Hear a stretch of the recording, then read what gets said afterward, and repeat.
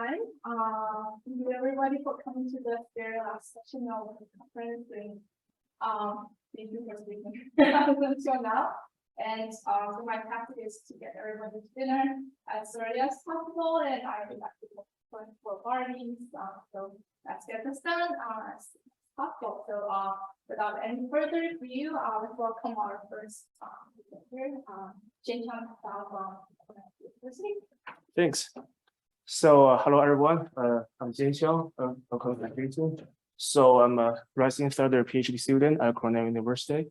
So this is my second year paper. I work with my advisors, Professor Yuqing Zheng from Kentucky and Professor Harry Kaiser and Chris Perry from Cornell. So today we are talking about the pass-through or the incidence of food sales taxes. So speak of that, according to the definition of USDA, the grocery food items refer to the non-prepared food. That means if you go to Wegmans or Target, if you buy an unprepared chicken and you plan to cook at home, that is defined as a grocery food items. But if you buy some hot chicken ready to eat, that is called the general sales item. So comparing to that, we can tell that the unprepared food are necessities to support the daily life. So we can observe a quite inelastic demand for the food items. So for this map, if you can tell, there are around 18 states, collecting the food sales taxes in the US by 2019. And from the map, you can tell most of them are actually located at the southern part of the US. That is actually an ugly truth because, we all know that then the southern part of the US will have the lower average income compared to the national average. And also they have, the higher rate of food insecurity, but they are facing a higher rate of food sales taxes. So that is why the regressive nature of the food sales taxes will bring a really huge issue on the local food insecurity, right? So this is a trade-off because the local government will need a very stable tax revenue, and since the food are really the necessary products in the daily lives, so there are a lot of cases like say in Alabama they just collect the grocery taxes only to support their public schools. Say West Virginia, if someone from that, they abolished the food sales taxes in 2013, but as a consequence, you have to pay for the highway when you drive on the road of West Virginia. So that's a trade-off. So this is a map that a paper published in 2021 in food policy. So you can tell that for the states, which states are currently collecting or imposing food sales taxes, they are facing a sort of higher rate of food insecurity. So to identify the food sales taxes, this is an ad valorem tax, which means you collect the tax based on the percent of at the price going registered. So according to this formula, so the tax is the grocery tax rate. The P over here is the price on the price tag, and the capitalized P is the price that you pay at the register. Straightforward. So for most of the cases, if you buy the general sales items, since they are facing some kind of price elasticity sort of, so often the case that the consumers and retailers will share the tax burden. But if the demand is highly inelastic, they are facing some scenario called overshifting, which means if you impose $1 sales taxes, on the consumer side, they may face more than $1 increase on the final tax, on the final price they pay. So as we can recall from the econ theory, so considering the demand is highly price inelastic, they are facing it's a convex demand curve. And unfortunately, the food items, they are facing monopoly power in the market, which means even though you can charge, in the other case, you can charge the marginal cost, the marginal revenue, since you are the only sellers or maybe several sellers in the market, you will charge a way higher margin over them. So if you're imposing the grocery tax, your cost may only be those small portion, but after you impose the tax, you will charge way higher up to the capitalized P.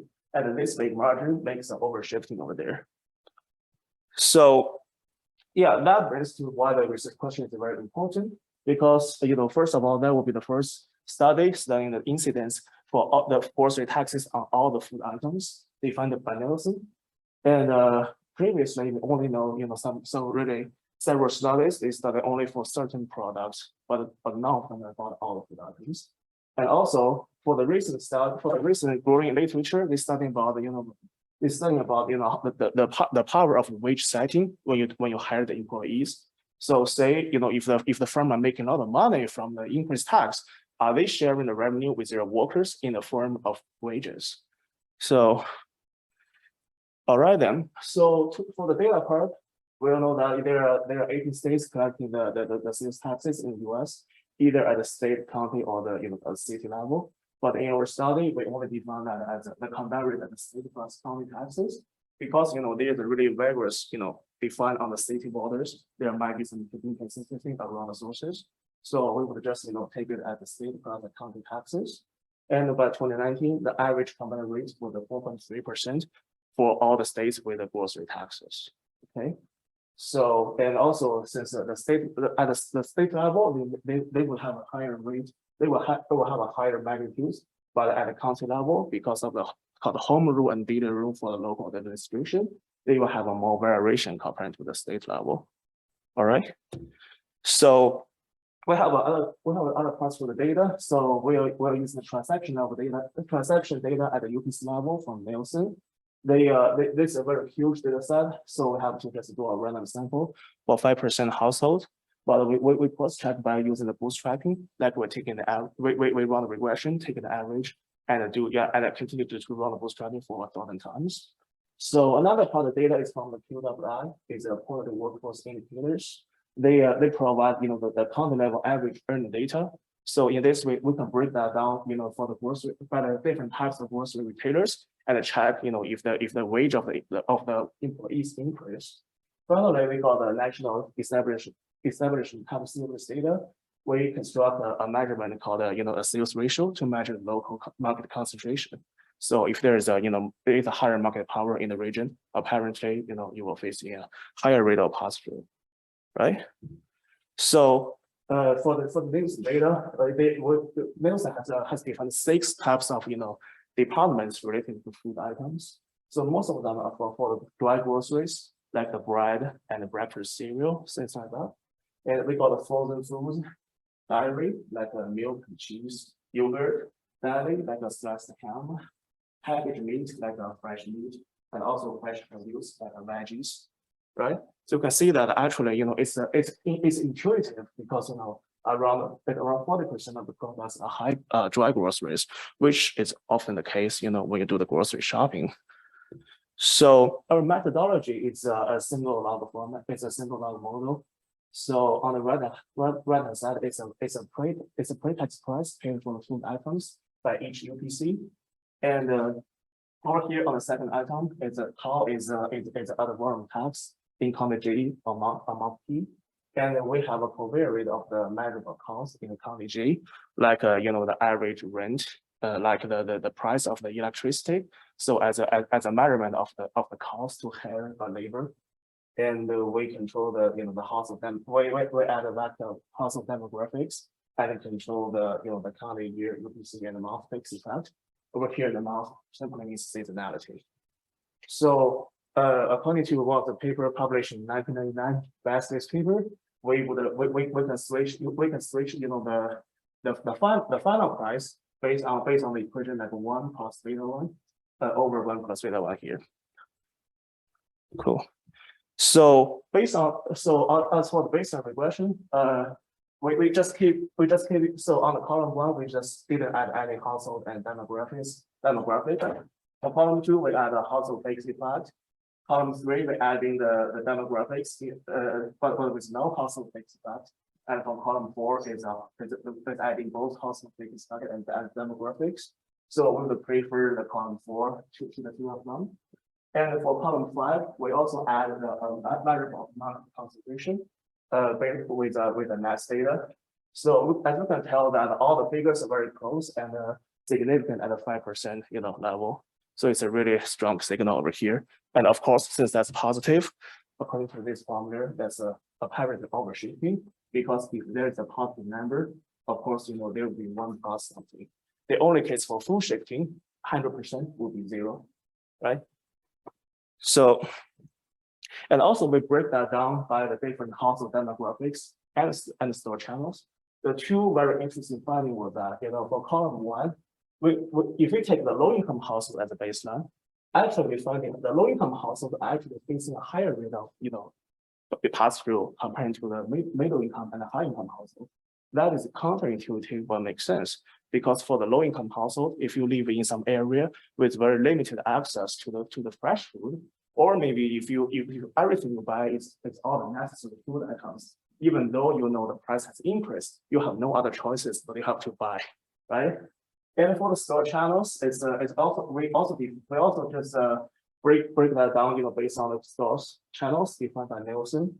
We find actually if we take the regular grocery shop stores like the baseline, we'll find actually the dollar stores face the biggest rate of overshifting. That again makes a lot of sense because for the dollar store, the dollar store will often open at a very rural area. If the consumers again have no other choices, then they'll be their only choice. So how many minutes are left? Oh, really? Okay. Yeah. Oh, okay, cool. So yeah, so if we break that down, to the by the products, so there's a raw coefficients, and after we just calculate based on this formula here. This is our, the rate of overshifting by products. So Nielsen has defined 36, food products. As you can tell, actually almost all the food items are the margin of the overshifting. We will find the two products of overshifting, which are salad and unprepared meat, which makes sense since they are perishable and they are price elastic compared to all the general food items, right?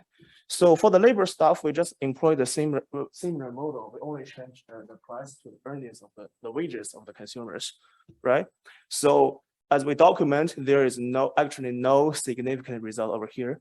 So so this is for the all the food groups, and also we just break down the store channels like grocery merchants, like a regular grocery store, special food stores, or even warehouse clubs at BJ's, at Costco. So that is a very interesting finding because based on that we all know that even though the retailers make a lot of money because of tax, they actually didn't share the revenue with their employees in the terms of wages.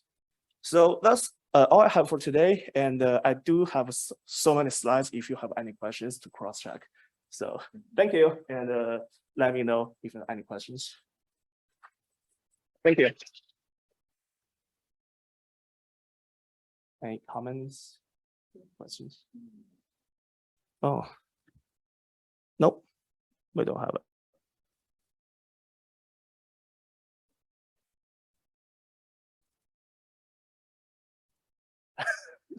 Don't, yeah, please.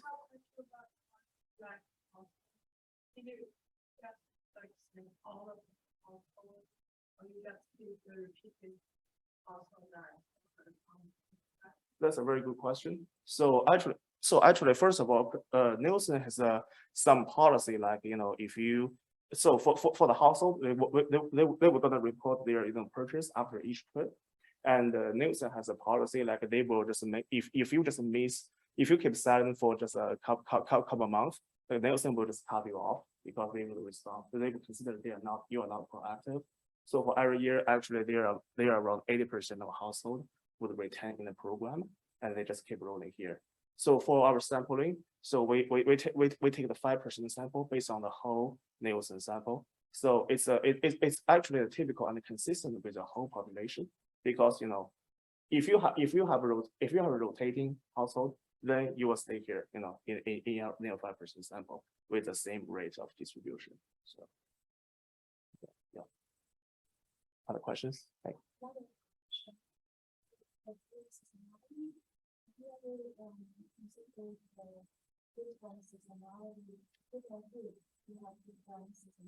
Exactly. That is why we control the month fix effect.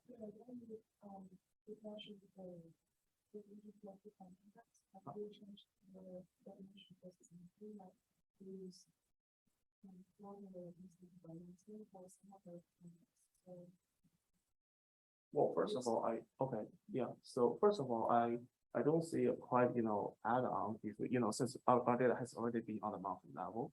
I don't see really big add-on since that we want to just upgrade the time window to the report level. So Yeah, based on that, I understand your concern, but I would say, just just keep the distinguishment, about the month will be, I mean, it will be just a sufficient method. But we can talk further if you still. Yeah. Some states, have different treatment of candy in terms of the tax. Or not? Are you in medicinal other products as well? Is that accounted for in your tax variable? Yeah. Actually, we got quite a bit of products types because of policy. Okay. So for example, for candy, that is applicable to the sugar taxes. Or if you have a beverages, which are certain, you say if you have some juices, if the juice contains over below 70%, that is also applicable to the sugar certain beverage taxes. So to avoid adding of that, so just I believe we have a lot of questions, but we can track them down after the question. Thank you guys. So let's continue with our next presenter.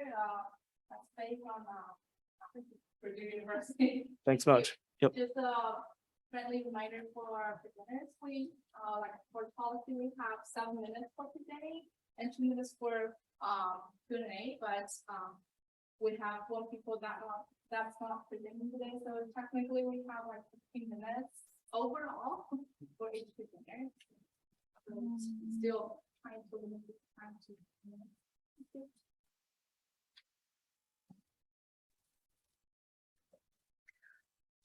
Okay. Hello, everyone. Thanks for being here for my presentation today. So my name is Fei Qing, and I'm from Purdue Ag Econ. And in this study I will present today, I will first use one unsupervised learning method called K-means clustering to estimate the consumer segments under different information sets. And then I will use the estimated results to test if the firm's optimized profits is sensitive to by using different information sets. And this is a work done by me and my advisor, Dr. Stephen Wu.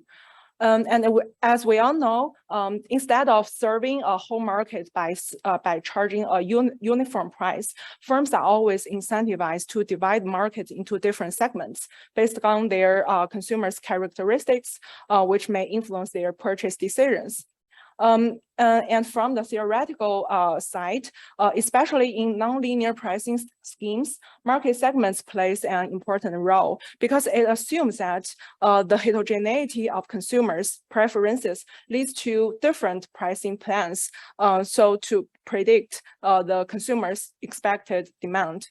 But however, in the nonlinear pricing model, we find that consumer segments are always predetermined by researchers, not by the actual consumption, not by their actual consumption purchase data set.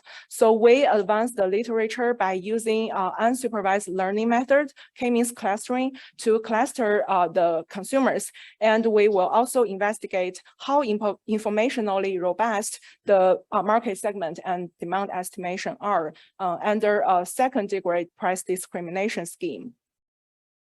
We have 2 major data sets. The first one is the Nielsen home scan data set. So we select households from 30 most populated counties in the US who purchased yogurt from 2012 to 2013. So in this preliminary study, we will choose yogurt, but later on I may try other products. I first formed information set called limited information, which only includes the demographics of the consumers. So including household employment, their household head education, marital status, race, and their home appliances. And for the full information set, instead of all the demographics, we will also include household average expenditure on different types of yogurt and their average expenditure at different type of retail channels, for example, dollar stores or supermarkets or mass merchandisers. So this data set is mainly used for segmenting the consumers. And the second data set we'll use is the Nielsen retail scanner data. So we also choose the yogurt products and we aggregate the UPC level weekly volume sold and sales from 2012 to 2013 to the county month level, because our market, we focus on the our market, our definition for the market is combined with county and months. And this data set is used for demand estimation. So let me briefly introduce the K-means clustering. So the basic idea is just to segment consumers who share similar attributes into a same group.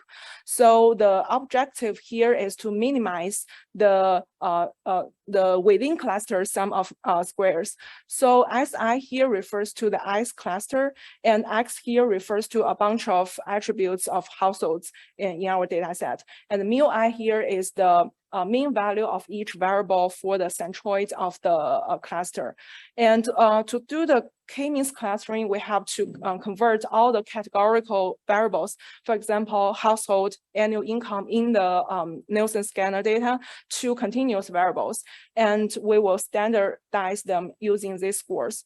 And under full and limited information, we will cluster consumers into two segments. And also later on, we will try to segment them into more different groups. And we will use a standard nested discrete choice model to estimate the price elasticities for different consumer groups. So this is the result for K-means clustering. So you can, as you can see here, as we add more information to segment the consumers, we will say that the consumers in the two clusters are more similar by using more information in terms of their household annual income, household size, and whether they have a child and the household head age. So these four demographic informations are used in the demand estimation. And after getting the price elasticities, we will set up a second degree price discrimination model. So the main idea is that the firm tries to maximize the expected profit by selling QL to low type consumers, charging TL, and selling QH to high type consumers by charging TH. And we have four constraints here. So the first two are participation constraints. So these two constraints ensure that consumers in each type will at least get some non-negative benefits by consuming something. And the last two constraints are self-participation, self-selection constraints, ensuring that each type of consumers will choose their own product plan. So by solving this problem, we get the optimized quantity sold to each type of consumers, and we get the price set by the firm to different types of consumers, and we will write out our optimized profit function here. And last, I will test if the firm's optimized profit is sensitive to different set of information. So the epsilon in the first row here is estimated from our discrete choice model. And because we give a specific functional form for the utility function, which has a parameter called delta, so we can actually calculate delta in the utility function from the price elasticities. So by given the numbers of other parameters, we will finally calculate the optimized profit here. So as we can see, as more information are added to do the clustering, the consumers in both clusters become more price insensitive, so that the firms can charge higher prices and achieve higher profits. So to conclude, in this study, we use scanner data to show that adding more consumer information can change the segment a consumer belongs to, which will in turn affect the firm's optimal quantity sold, or like their profits and their revenue. And in addition, we show that by using the actual consumption data, we can make the theoretical model more practical because we can calculating some parameters, so that which is a focus of researchers. That's all from my presentation. So I know it's a lightning session, so I only prepare for 9 slides. Yeah, thank you. Let's see. Okay, no questions in chat. I'm wondering, like, adding information and that changes the segments, does that change like the size of this? Yeah, I think so. So Smaller.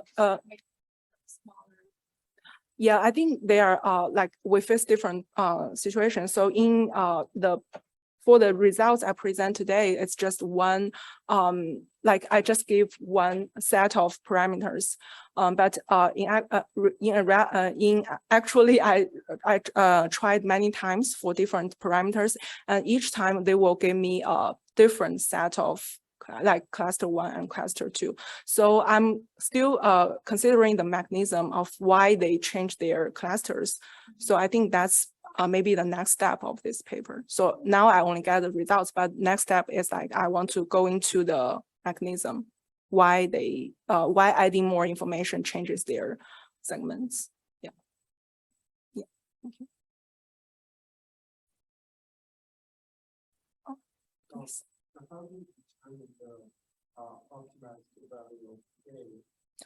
So okay.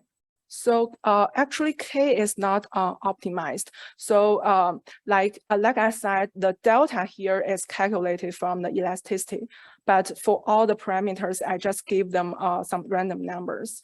So I mean, maybe in the future, I will try other parameters here, but now I just use this set of parameters. Yeah, so yeah, so the epsilon here is from our demand estimation, and delta are calculated from the epsilon. Oh, sorry. So the U bar here is the, I think the here. So in this model, so this, sorry, I should explain that. So this is like the utility from let me see. So this is the utility that the consumer buy QL, the quantity QL, and their the theta is their type parameter, and the TL is like the price charged by the firm. So if you consume QL and you pay TL, at least you will get some reservation utility. So if you assume U bar is 0, then it means that if I consume QL and I pay TL, I will at least get some utility, which is larger than 1 or equal to, which is larger than 0 or equals to 0.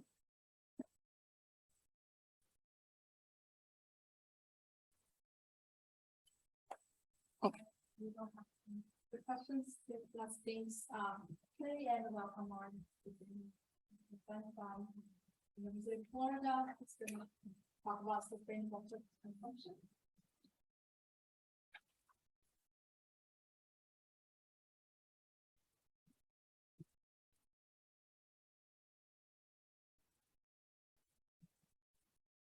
All right.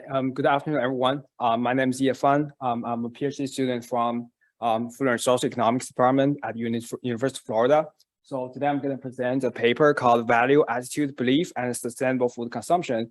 So we will move to some of the sort of survey kind of studying to understanding consumers' decision-making process. This project was led by Dr. Junhong Chen. She initially thought she couldn't be here, so she asked me to help her to present, but she actually was here, so just want to give credit to her. Basically the objective of this study is to try to investigate how one's high value to construct might influence their decision-making on sustainable food consumption. and also aim to develop a holistic instrument tools to identify multi-dimensional effect of those values, how that can affect people's decision.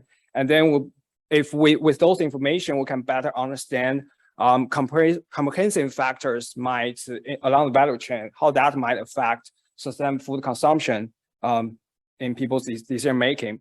So if we think about theoretic framework people usually use to explain people's behaviors or decision making process in sustainable food consumptions, the two major theory they use is value-based behavior theory or theoretic planned behavior theory. So in the framework, in their framework, they have different components. So they have values, behavior beliefs, attitude, and behavior. The behavior is what normally observed, but in the higher level, you're gonna have your values of life might affect your behavior beliefs, certain beliefs, how your behavior might have certain outcomes. And also you have certain attitudes for certain small component in your life, then that's gonna driven to your behavior. So in this research, we really try to integrate different theories to see whether there is better theoretic framework might to explain people's behaviors we normally observe and use some empirical evidence to back up our theoretic framework. So for theoretic framework, basically we propose the 4 levels people's decision-making process. Basically, you have your values, your altruistic value or egoistic values. That's going to drive your beliefs about your certain behaviors. Then that beliefs might affect your attitude and finally affect your behavior. So there's an example of measurement of our of values. So basically ask different statements to see how people are likely to agree or disagree with those statements, and then later on use factor analysis and the structure equation modeling to model people's decision-making process. So to measure people's behavior, sustainable food purchase behaviors, we basically use a chart experiment, milk as a focal product. So we use that because the milk is most commonly consumer product and it's easier to identify different sustainable attributes. And for our chart experiment, we'll basically have each participant answer 8 chart set. And for attribute of chart experiment, have locally produced, ethical labels and USDA organic labels as our attributes. So here's below you will see example of chart set people will face. So basically propose different products and with different attributes to ask people which one you are willing to purchase. And then later on estimate their willingness to pay. So we distributed our survey in February, July 2021 in Qualtrics. So we distribute make sure our sample is well representative of consumer shoppers in the US. Finally, we'll have 397 valid response in our survey. So for methodology, as mentioned before, we first use a mixed logic model to estimate the willingness to pay. That sort of measures people's behaviors in sustainable food consumption. Then later on, we use a structural equation modeling, a path analysis to try to understand how different values, belief, or attitude might affect people's behavior. And then since we use different statements, a lot of statements to understand people's values. So we use the factor analysis to try to reduce dimensionality of those statements. And then we check the reliability of factor analysis. And also we check the model fit to decide what kind of theoretic framework it might be more aligned with people's behavior. So basically our results find that our factor analysis shows reliability of factor analysis shows our statement or our approach really have a good measurement about people's beliefs, values, and attitude. So their Cronbach alpha is all greater than 0.7. However, we do find our structural equation modeling might have some issues because we find the personal beliefs and people's attitude have a high correlation. So we basically reduced our theoretical framework into 2 separate models. One is a value, gonna affect people's behavior belief, then finally affect people's behavior. And the second models we use is how value might affect attitude and behaviors. So basically for our estimate of willingness to pay or people's behaviors in sustainable food consumptions, we find organic have a larger price premium than the locally labels. But interestingly, we find the ethical labels kind of have negative willingness to pay, but it's not significant. So basically shows people's willingness to pay for ethical labels is kind of zero. It kind of makes sense because sometimes people kind of induce the organic labels or local labels might have health or some environmental impact, but the ethical labels, people tend to think they are more about public goods, not really have personal benefit. So people probably don't have highest willingness to pay for that. So here is our structural gradient models. So basically we find in the first layer how values might affect people's attitudes. So we find that all the altruistic values and egoistic values have significant effect on all people's attitude in different dimensions. However, if we think about second layer, we didn't find a lot of significant impact about how those all the attitude in all dimensions gonna affect people's willingness to pay, but there are certain things that are gonna affect people's behavior. For example, attitude of welfare gonna affect people's willingness to pay for organic milk.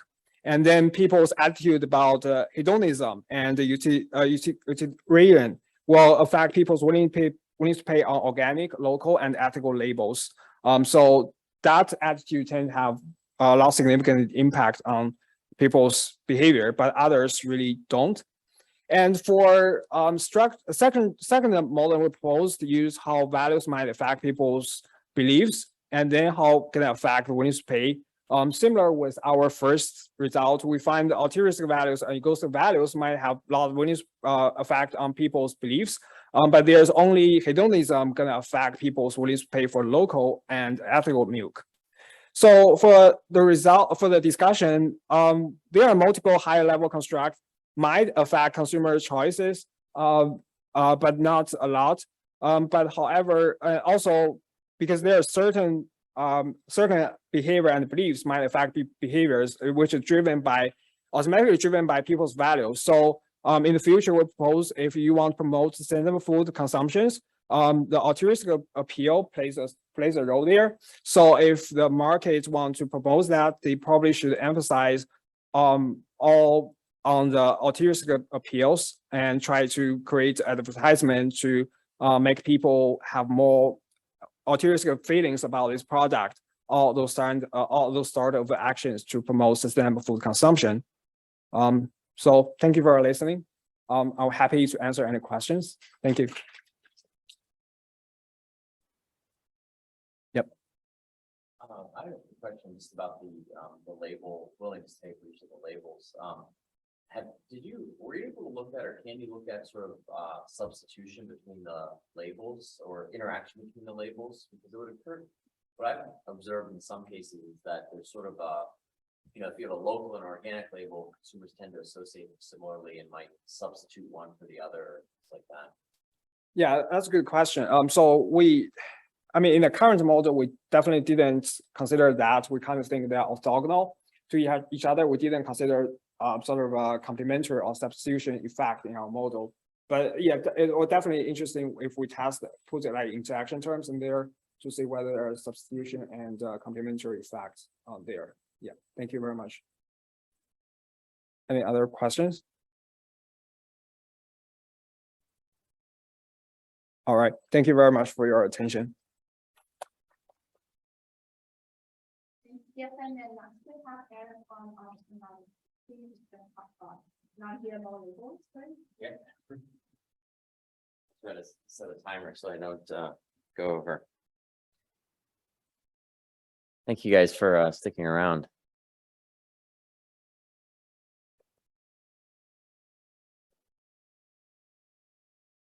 Oh, whoops. Let me open the default.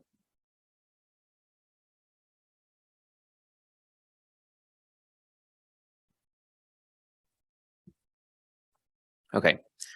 So the title of this talk is Voluntary Disclosure in Credence Good Markets. And as I was just introduced, it is about non-GMO labeling, but I'll kind of explain why this is a little bit bigger than that and why I think it's a little more important than just thinking about it in that context. So this paper, or first I'll just quickly introduce why I think we care about quality certification, and particularly voluntary quality certification. When you think about it in food and agricultural markets, it can encompass a lot of things. Voluntary disclosure, which is what I'm going to talk about today, mandatory grades, minimum quality standards, which is another way to think about food safety. So there's a lot of overlap in why this is kind of an interesting issue, particularly in food and ag markets. But the reason we think about quality disclosure specifically in the case of credence good markets is, for those of you who remember or maybe have read that original Darby and Carney paper about credence goods, where they come up with the term credence goods, these are products for which even after you consume them as a consumer, you really have no good way of ascertaining that you got what you think you wanted. So you think about a product where they tell you about the provenance of the product, where it came from. Even after you consume that product, you don't know that you actually got, what it is they say, the retailer or the producer said you got. And this spills out into service industries as well. When you go and get your car repaired by a mechanic, or you go get an operation at the hospital, you don't really know what happened in that process unless you're an expert, or unless you have some magic ability to kind of see what was going on while you were under anesthetics. So these are all, there's a huge market of credence goods. And the way I think about voluntary quality disclosure, particularly in product markets, is it's essentially another type of non-price marketing strategy, which there's a large literature on this type of stuff. So let me quickly introduce the empirical context. I'm doing something novel, and I've never presented a paper without showing numbers, and I'm actually going to do that today. I'm not going to present any tables. So I'm going to try to keep it pretty short. But the industry context for what I'm looking at here is the ready-to-eat cereal industry. And part of the reason I'm looking at this, as you'll find out soon enough, is that this is a structural demand paper, but a lot of past studies have looked at this industry. It's really popular among empirical IO folks, largely because there's a lot of there's a large history of there being sort of mergers and acquisitions in this industry, and it's kind of an interesting one to study in that context, and it gives you a little bit of sort of some data points to kind of triangulate against. So that's the industry context. The disclosure context, in this case the voluntary disclosure, is non-GMO labeling. And the reason this is a credence attribute is because if I tell you something's non-GMO and you eat it after you've consumed it, you don't really have any way to ascertain whether or not that's true. The only way you can really do that in a reasonable fashion is with some sort of third-party labeling. And fortunately enough, there is a third-party label in the United States. It's called the Non-GMO Project. It's been growing for many years. It's been around for a little over a decade. They have something in the ballpark of 40,000 products that are available with non-GMO labels. You've probably all seen them in the grocery store, the little butterfly label. So that's kind of the context. The question I want to address in this study is, first off, how does non-GMO labeling, in this case voluntary disclosure, affect demand in this industry? How does, on the consumer side, how does preference heterogeneity play into this? And then to what extent does this type of label allow firms to essentially capture market share? So key data sources, very briefly, very similar to some of the other studies we've heard from today. The key data source here is the Nielsen retail scanner data. So it's UPC level monthly ready-to-eat cereal sales. Right now, the model that I've worked with, or that I've estimated so far, is looking at the top 50 brands that have non-GMO products in 100 DMAs, the 100 largest DMAs. And that's really, the decision around that is really just around making the data manageable. Of course, it could be expanded further. So each market is essentially a month of sales in a DMA. So there's about almost 6,000 markets, quote unquote. I use some consumer panel data to help understand, to just figure out which brands to select for the top brands, and similarly to select the top DMAs. And the key piece here that kind of allows me to do this is some data from the non-GMO project. I have UPC level data there with verification dates. So I know exactly when individual products became non-GMO certified, voluntarily certified.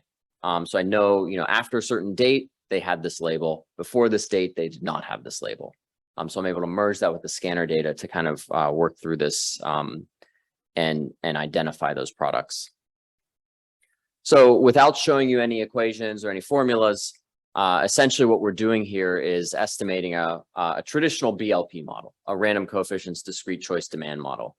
And that's got all of the traditional sort of controls that are used in those models. In my case, I'm also using brand fixed effects. And to kind of estimate some of these time invariant product characteristics, like taste coefficients, like organic, non-GMO, new products, kids cereal, various indicators for sort of other factors that we might be interested in understanding about what attributes are driving demand. We do that afterwards by regressing these brand fixed effects on those characteristics. But the one key piece with most BLP models is we need to find a good instrument for price. In my case, I've used a price instrument that's very similar to the original Niveau 2001 paper, where I look at prices in neighboring DMAs, an instrument for prices using the prices in neighboring DMAs in order to deal with that. There's probably some more elegant price instruments these days. I haven't gotten that far with it yet, but that's certainly something I'm looking at as well. So without presenting tables, and I think actually I might actually finish on time. Without presenting tables, I just want to touch on two key findings that I think are kind of the most compelling. The first is using a random coefficients discrete choice model, we can look at preference heterogeneity. We can look at the standard deviation around some of those parameters. So I wanted to show you to answer the first research question, the spread around the non-GMO coefficient. What's interesting here is it's positive on average, but there's a lot of preference heterogeneity. You can see there's a lot of dispersion. There's actually a significant portion that's negative as well. So, I mean, what that's telling us is that there's a lot of individual preference heterogeneity in terms of how consumers perceive the non-GMO label. And that's really playing into how it affects demand, which is pretty interesting, and at least from my perspective. The second thing I want to touch on is kind of once the reason we do these types of models is we ultimately want to try to simulate some different market conditions. So I've started simulating a few key sorry, let me just close that off. A few key scenarios. One is, what would happen if all brands decided that they had to label their products GMO? Or what would happen if essentially we did away with non-GMO labeling altogether in this market? So I've started working through some of these simulations, and this kind of gets at how this would affect firms, or how it affects firms' market share. If all brands label non-GMO, surprisingly, it actually makes most brands worse off. And the reason, the rationale is that it actually erodes the market power of these non-GMO brands that exist presently. And it causes more consumers of less expensive brands to choose the outside option. So there's kind of this interesting secondary effect that goes on if the market were to move to, every product being non-GMO. And then the other scenario that I look at is no brands label non-GMO. So essentially the label goes away. The government passes a law that says we can't have any non-GMO labeling or something. In that case, non-GMO brands end up better off at the expense of others, and there's not really a clear effect. And the reason for that is some of these more expensive non-GMO brands end up capturing lower valuation consumers from these no label brands. But essentially it's a trade-off. It comes at the expense of those other brands. So there's a sort of an ambiguous overall effect.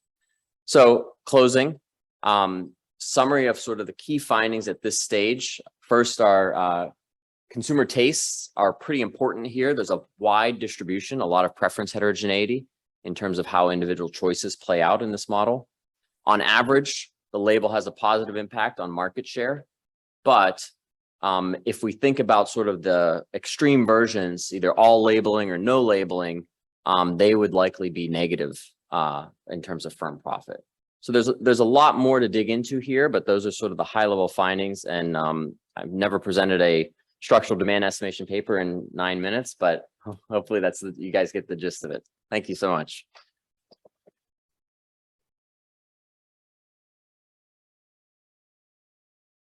Any questions? Yeah. So, the non-GMO label, voluntary cost. And so, would your simulation method be able to verify that the cost is worth it in terms of extra market? In theory, yeah. So I didn't present any numbers here, but yeah, I mean, so what I've been doing at this point is using a standard, a really simple supply side to essentially back out price cost margins. And that will enable me to kind of calculate total profit there. So using like this, and then I think in Nouveau, they use like a standard like oligopoly supply side model. So I've done something similar here. And so I can sort of theoretically answer that question, but with some pretty strong assumptions. Yes. Where do you think that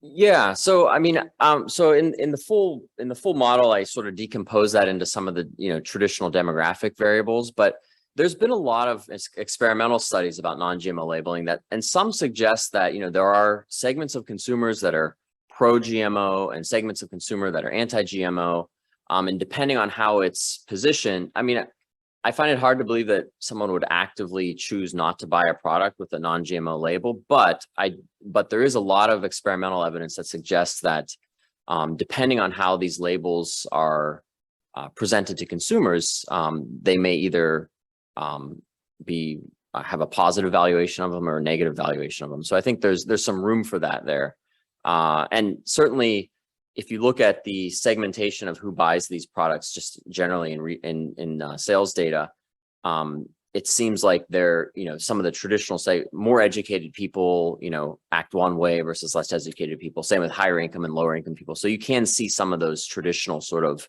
divides with how willingness to pay goes on these.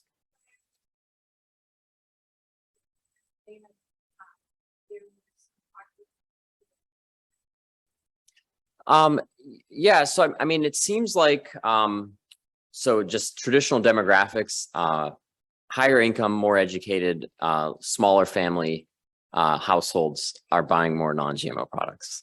Basically, that's like the overall high level gist. Yes. I know that some people misunderstand it because maybe they saw the GMO label and they thought, oh, it was organic. So they just link these two information together. So do you think this will That's a great point. And actually, because the National Organic Program, as part of their standard, you can't have GMO products to be an organic product. So there's actually overlap between the two labels. And in some of the extensions of this work, I do look at the interaction between organic and non-GMO. And it's interesting because they are, to some extent, partially substitutable in terms of willingness to pay and demand. Yes. From the two scenarios, that's the extremes. One is no label, one is full label. Yeah. So, but in the role, there is possibility that just a portion of the burden about the label. So, do you think there is like ideal proportion or percentage where it can be both good for? Yeah, I think you're probably right. And here's the thing, especially for most product manufacturers are multi-product firms, right? They're not just making one product. I think that, so what the next sort of challenge here is, I think some of these counterfactuals that are going to be more interesting are looking at how should firms design their portfolio of products, right? And if you look at what's emerged over the last decade, Kellogg, every major cereal manufacturer has bought smaller ones to basically diversify their brand portfolio into these, so Kellogg's bought Kashi. Kashi's all non-GMO. Or Post bought one of the other ones, I can't even remember. So they've all started diversifying and creating portfolios. So I think there's going to be, it's not going to be all one or the other. You're right. That's a very simplistic way to look at it. I think it's going to be some diversification.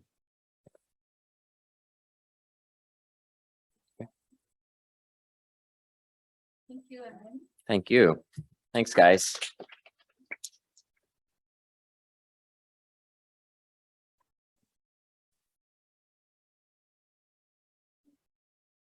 The last one is me. You can all go to dinner after me. I'm done.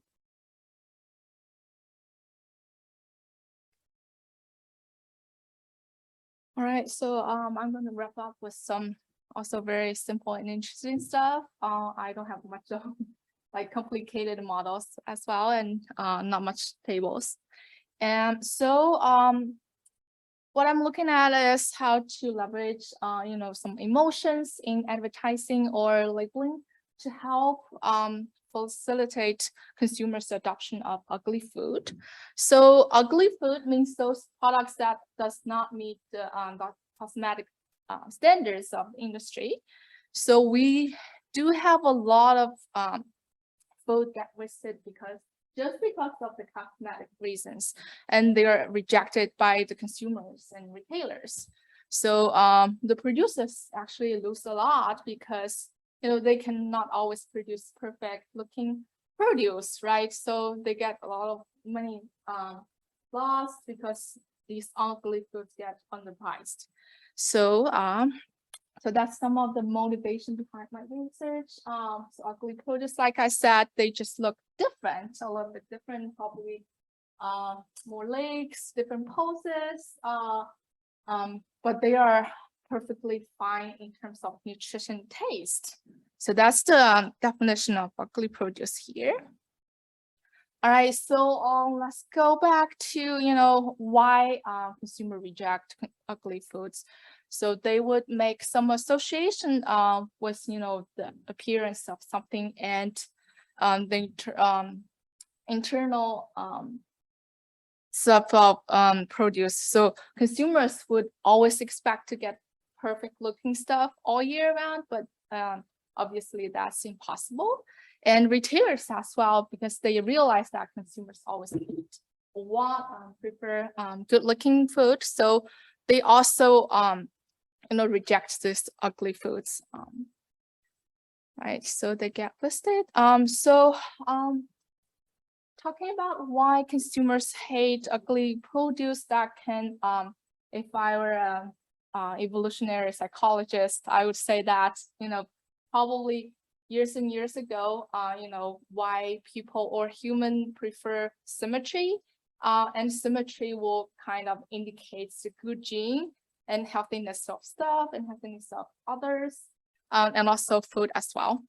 So people use the appearance of others and also the appearance of products to indicate other characteristics of the product. So they make this in like this association. They will think beautiful is good and ugly is bad, but that's not always the case. So they will also think that beautifully grown foods are more healthier, right? So they will make that, they will have that perception, and they are usually reluctant to buy this produce. Okay, so that's very sad. A lot of researchers have been trying to figure out some ways to to motivate consumers to adopt these ugly foods. We've seen a lot of companies like Imperfect or other companies that sell ugly produce with discounted price or with other benefits. And also some of these consumer research in the past, they've looking for some ways in terms of label to help consumers, adopt ugly foods. So one of it is anthropomorphization. It's always hard to pronounce that. Sorry. So make it more like human, right? Call them as a human, give them a character, just like these cute little characters we would have. So then consumers are more likely to adopt them because they simply think these are cuter. And always this paper, they also compared some of different words that are used to describe ugly food. For example, ugly, imperfect, weird, like funny, right? So a lot of different words. So, and they find ugly would be the words that are most efficient, or more, more effective in helping consumers to buy, to be more willing to buy ugly produce. So based on this research stream, so I'm trying to look for some emotion-based stuff to help, to be embedded in advertising and the labeling as well. That is cost effective and can be embedded very easily. So what I'm looking at is how to leverage nostalgia as an emotion, embed that into labeling and or advertising materials so that consumers have this ease feeling of adopt ugly foods. So nostalgia has been, considered as an emotion that has a lot of both like positive and negative effects on consumers' perceptions of goods. But a lot of research has shown that it has actually more positive effects, like it bring happiness, it increases the meaning of products or the meaning of some stuff, and it motivates people to pursue like important goals, like study or be healthier, eat healthier. So nostalgia has also been shown to help to promote social behaviors like donation, right? So and it reduces prejudice and stuff. So and then I was thinking maybe having some elements of nostalgia on the packaging could be helping. All right, so that was very simple. That model is that nostalgia will increase consumers' tolerance, okay, or empathy, and then that increases their accepting of ugly food. So that's the very simple model. So I pursued with a little bit different route. We have a series of studies, simple studies. The first study, we look at their willingness to buy ugly produce, vegetables and fruit. Second one, we want to look at, whether they are also willing to buy snacks that are made from ugly produce. And the third one is talking about, furthermore, whether they are willing to participate in these, campaigns or promotions that help others accept ugly food. Okay, so that's the 3 studies, preliminary studies we have right now. I'm going to just very quickly go through all of them. So the first study, what we did was we had a manipulation of nostalgia. We asked them to recall a nostalgia experience, write about it, list words about nostalgia, and so that's pride them with the nostalgia emotion. And what we asked was for them to think about, imagine a scenario that they were in the grocery store and they saw the stall of ugly foods. So and ask them about their purchasing intention. So very simply that our first study shows that the nostalgia condition yields a higher purchasing intention. So that's just the first study that we show that it can be effective in increasing their willingness to buy. Okay, second study that we have a 2x2 training subject design. And in this one, we had online participants, 2,095 online participants.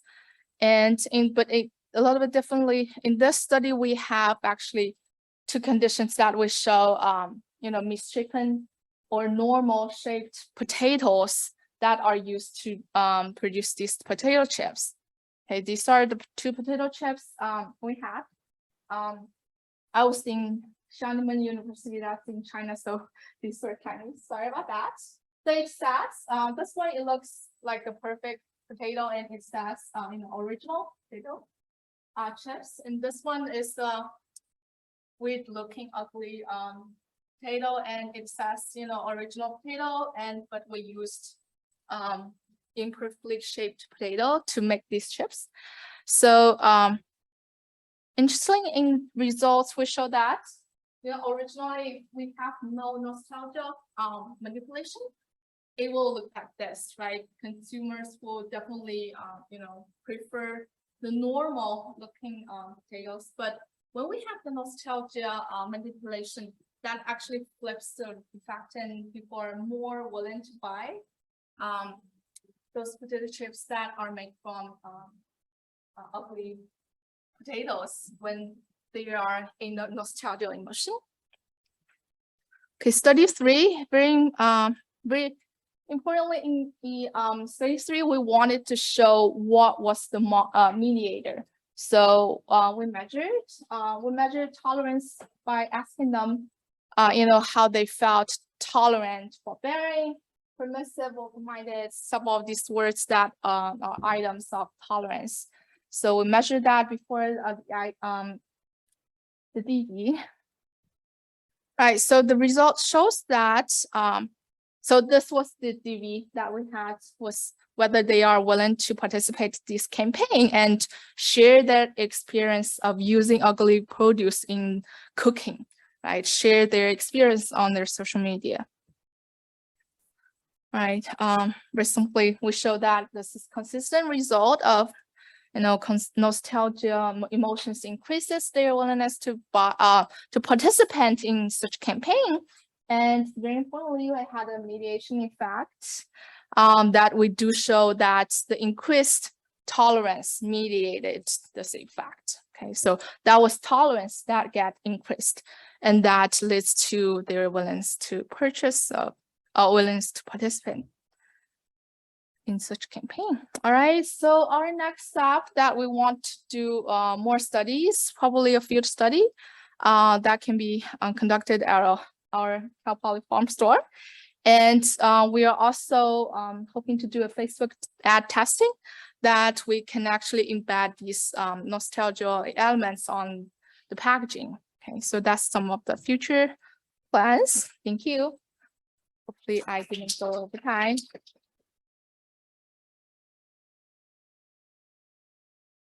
Well, I noticed you measure people's behavior as their intention to buy. I'm wondering, do you have certain measurements about people's willing to pay or actual behavior? Because I'm asking because as Dr. Chen studying, we basically did a similar thing. I didn't present that result. So we have in survey, we have intention to buy. They have their willing to pay in the experiment estimates their actual behavior. So what we find actually is when you use intention to buy, your values or attitude will definitely have significant effect in all aspects. But if you actually infuse the price of those products, those significance just go away. So it's wondering, do you have a chance to kind of have measurements of how people's? Yeah, that would definitely be our next step. We're to do like field experiments, real choices, real purchase behaviors, so that can, show. Yeah, thank you. I just think it's very interesting to have because I see that marketing papers, a lot of papers use intentions. They all have like fantastic results. But when we actually using real behaviors, you have the price, your financial consequence, people's behaviors change a lot. That's why nowadays marketing papers are required to study with one. Yeah. To show the real behavior. Yeah. In your intention to buy, you present like 4.0, 4.1. Are they really statistically different? Which one? When you go back to, I think it's like 1 and 2. Yeah, for example, there between the control and the. They're like probably closer to 5 and 1 is 4. Yes, they were. They are. Yes.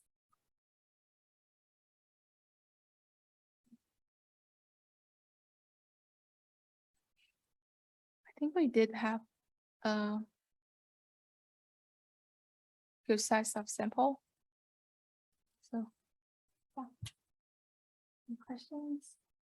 I'm not sure if I understand this.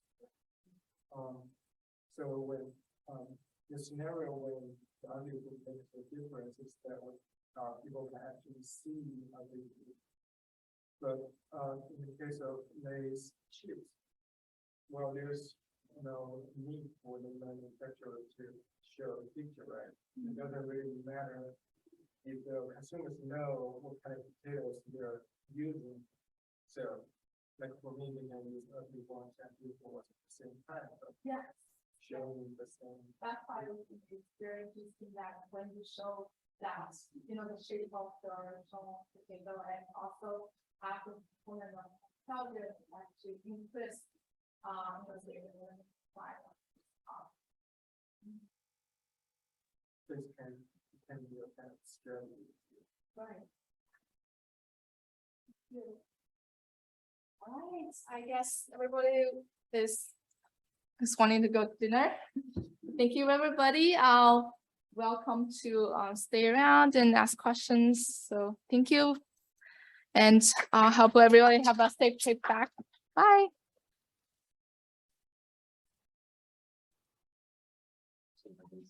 Like, heirloom tomatoes, like, some of those are so weird looking, but they always command a premium, like, you know, if you go to like a Whole Foods and they have the heirloom tomato section. Yeah. Some of them, and those they can sell for so much money, but, and it's almost like, they're basically ugly tomatoes, just because they're not standardized, not, they can't be packaged. They sell them at a premium, and they call them heirloom tomatoes. You know, so it's kind of, I wonder if, I mean, and you think about like some of the heirloom varieties of potatoes that are all misshapen, it's like purple potatoes and stuff, they come in all different weird shapes and stuff. But they're marketed as like, these specialty varieties. Yes, and then they make premiums. organic. Yeah. So I mean, it's surprising to me that ugly food, you know, that there's such a rejection of like, you know, some of the conventional foods that don't have the right shape. But Yes. it is all, I mean, I think we can, with proper marketing, these, I imagine a lot of people might actually seek them out. Yes, and you know what, in Asian culture, we actually see this weird looking things to be more natural, Yeah, right? And we sometimes expect them to taste better. yeah, Mhm. certainly with perishable products. Yeah. Because, you know, you go to farmers markets, nothing is, and I know some of it's probably, you know, the supply chain is challenging, right? They have these perfect boxes that they want to pack everything into, so it's hard to transport things that aren't shaped exactly the way they want them to. And certainly, like, if you go to local markets, people pay premiums for all this. Right, it's just consumers have different expectations and their beliefs. Very Yeah, important. that's cool though. That's very interesting.